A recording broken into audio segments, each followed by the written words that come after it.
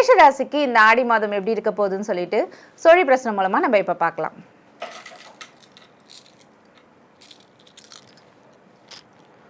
ஓம் நாகத்வஜாயே வித்மஹே நாகரூபாயே தீமஹி தன்னோ நாகதேவி பிரசோதயாத்.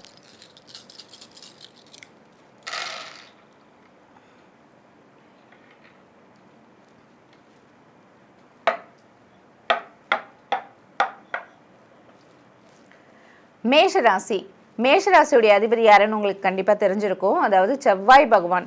செவ்வாய் பகவான் வந்து மேஷராசியுடைய அதிபதியாக இருந்துட்டு இருக்காரு.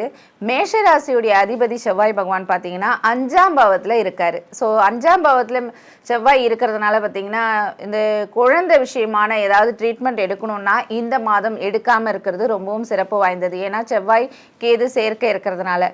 அது மட்டும் இல்லாமல் இவங்களுக்கு 2ஆம் பாவத்தில் சுக்கிரன் இருக்காரு. 2ல் சுக்கிரன் இருக்கிறதுனால வாக்குஸ்தானம், அதாவது யாருக்கும் வந்து என்ன வாக்கு கொடுத்தாலும் நிறைவேற்றக்கூடிய காலகட்டமாக இந்த மாதம் உங்களுக்கு அமையுது. நீங்கள் எந்த ஒரு விஷயம் பண்ணாலுமே சரி அதில் சக்ஸஸ் வரக்கூடிய மாதமாக பார்த்தீங்கன்னா இந்த ஆடி மாதம் வந்து மேஷராசிக்கு இருக்குது. அதே மாதிரி உங்களுடைய 3ஆம் பாவத்தில் குரு பகவான் இருக்காரு. தைரிய வீரிய ஸ்தானத்துக்கு அடிச்சுக்கவே வேண்டாம். அந்த அளவுக்கு பார்த்தீங்கன்னா உங்களுக்கு எல்லா விதத்துலையும் ஏற்றம் கொடுக்கக்கூடிய ஒரு மாதமாக இந்த ஆடி மாதம் மேஷராசிக்கு இருக்குது. அது மட்டும் இல்லாமல் சனி பகவான் வக்ரகதியா மீன ராசியிலேருந்து கும்பராசிக்கு வந்திருக்காரு.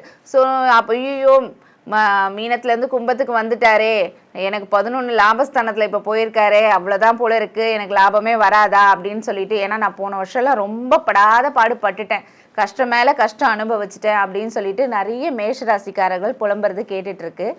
ஆனால் வக்ரகதியா, ஏன்னா உங்களுக்கே தெரிஞ்சிருக்கும் சனி பகவான் வந்து மந்தக்காரகன் வந்து வக்ரகதியாக போகும்போது பார்த்திங்கன்னா ரிவர்ஸில் போவார். ஸோ அந்த டைமில் ஃபாஸ்ட்டாக ஒர்க் பண்ண ஆரம்பிச்சிடுவார். அதாவது இவ்வளோ நாள் நீங்கள் வந்து போன வருஷம்லாம் நீங்கள் வந்து ரொம்ப கஷ்டப்பட்டு உங்களுடைய தொழிலில் வந்து முன்னேற்றம் வரணும்னு சொல்லிட்டு நிறைய எஃபெக்ட் போட்டு உழைச்சிருப்பீங்க. ஆனால் அதுக்கான அங்கீகாரம் கிடைச்சிருக்காது, தொழிலில் லாபம் வந்திருக்காது, நஷ்டம் மேலே நஷ்டம், இதெல்லாம் வந்து பார்த்திங்கன்னா போன வருஷம் உங்களுக்கு நடந்திருக்கும்.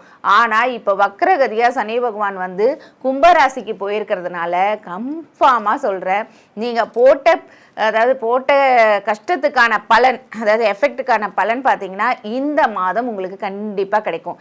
ஏன்னா வக்ரகதியாக ஒரு கிரகம் வந்து ரிவர்ஸில் போய் உட்காரும் போது, அதுவும் சனி பகவான் உட்காரும் போது கண்டிப்பாக நற்பலன்களை, அதாவது ஃபாஸ்ட்டாக என்ன அற்புதமான பலன்கள் வரணுமோ அந்த அற்புதமான பலன்களை எல்லாமே உங்களுக்கு அள்ளி அள்ளி அள்ளி அள்ளி இந்த மாதம் உங்களுக்கு கொடுக்க போகிறாருன்னு கூட சொல்லலாம்.